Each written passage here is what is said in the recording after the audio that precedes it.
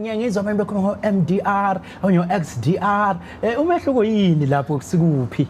Umehluko njengoba ngishilo ngathi leya TB90 yona ezositshela ukuthi it's either resistant, let's say resistant ku-rifampicin, bazothi RRTB leyo resistant ku-rifampicin, ukuthi le medication eyodwa le i-rifampicin ngeke isasebenza, igciwane lakho le TB sengathi selijwayele liyayazi leyo rifampicin, bese kuba ngeke isasebenza, bese kuba uthola ukuthi manje usuphinde futhi lama yamatha ku-INH manje i-rifampicin ne-INH resistant kubona la amanye amaphilisi multi drug manje resistant, so kunala amaphilisi lamanye, bese kuba khona sengwakhohle lawo substitutewayo lawa esiwanika wona mawukuthi resistant lawo, so masu resistant kuwona wonke lawa usuku i-XDR ke should XDR is like ukhokho wakho wona ke manje usuyingozi yakho.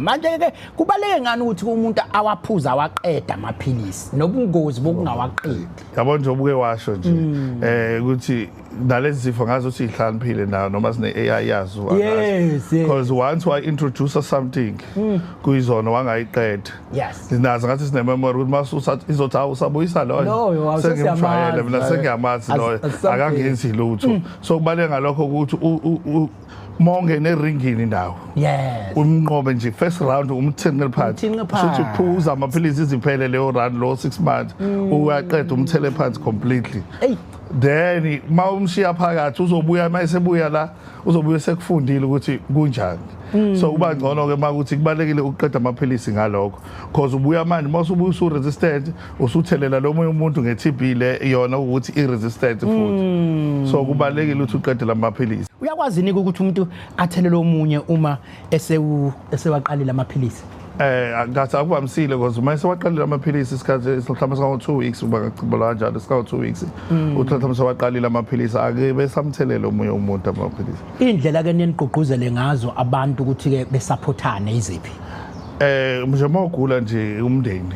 Absolutely. It's the first thing, because emotionally mawugula nawe ngokomzimba nangengqondo kuyadinga useko lomndeni, nestigma kumele siphume. Isifo se-TB siyalapheka, isifo sofuba siyalapheka, akumele uzufe nasiyalapheka, kumele ukuthi singaze sicwase ngayo sibaleke sithini udinga i-support more than, and ezinye izinto njabona nje emotionally mawune support ukuyibone nawe ingane ephuma ekhaya iyodlala isport i-support i-performa better egroundini, then nale ukuthi abekho ekhaya beza abayinakekile ugadla kithi ke singekho emagroundini ingane ezosithela induku, kodwa ke siyeza ngelinye ilanga semayisiphelile. Support ibalekile nje for emotionally nale nje ukuthi uqhuquzeleke nawe ukuthi uthathe amaphilisi, so ngithi emakhaya kumele bebanakekele bebakhuthaza futhi kubathatheni amaphilisi abo. Kunomuntu nje otshelwe namhlanje kwathiwa siyachecka la umshini ithi une-TB, uthini ukumotivate lo muntu? Mina ngikumotivate ukuthi i-TB mfethu iyalapheka, akusesiwona ukuphela komhlaba, just as long uzodla lamaphilisi, and ngiyazi ukuthi lamaphilisi njengoba uzowadla anama side effects anzima, and kuzoshuba vele for a couple of days but umzimba uzoadapt uwajwayele. Absolutely. Kodwa kungcono kuzokushuma lokho kwesikhashana, ngoba mongawadli njengoba bese sishilo ukuthi izinto ezizokwenzeka nesifuba sakho siyaba damage kwenkathi yabo sibe permanently damage, amaphapha angakwazi ukumukela i-oxygen nani, so ngesithanda ukuthi uwadla amaphilisi uwaqede uye clinic futhi unakela mawukuthi uyazi ukuthi kunama side effects ngithi okwenzakalayo ongajwayele abnormal okuhlulayo ukubekezelela, phuthuma emtholampilo ubuyele khona. Kunendlela singakusiza ngazo, kunendlela mhlawumbe ama symptoms ngathi uzuhlatshwa yinaliti ngaphansi enyaweni, kunamaphilisi abazokunika wona ukuqeda lokho, kuze ngathi ukuthi vomita, kunomjovo abangakunika wona ukuthi ungavomiti, kunamaphilisi abangakunika wona ukuthi uwadle before udle uphuze lamaphilisi azokuvikela ukuthi ungabuyisi. Absolutely.